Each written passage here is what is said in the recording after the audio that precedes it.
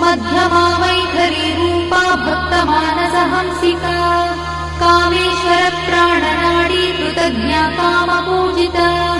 शृङ्गाररस सम्पूर्णा जया जालन्धरस्थिता ओड्याणपीठनिलया बिन्दुमण्डलवासिनी रहो यागक्रमाराध्या रहस्तर्पणतर्पिता सद्यप्रसादिनी विश्वसाक्षिणी साक्षिवर्जिता षडङ्गदेवता युक्ता शाद्गुण्यपरिपूरिता नित्यक्लिन्ना निरुपमा निर्वाणसुखदायिनी नित्या षोडशिका रूपा श्रीकण्ठार्थशरीरिणी प्रभावती प्रभारूपा प्रसिद्धा परमेश्वरी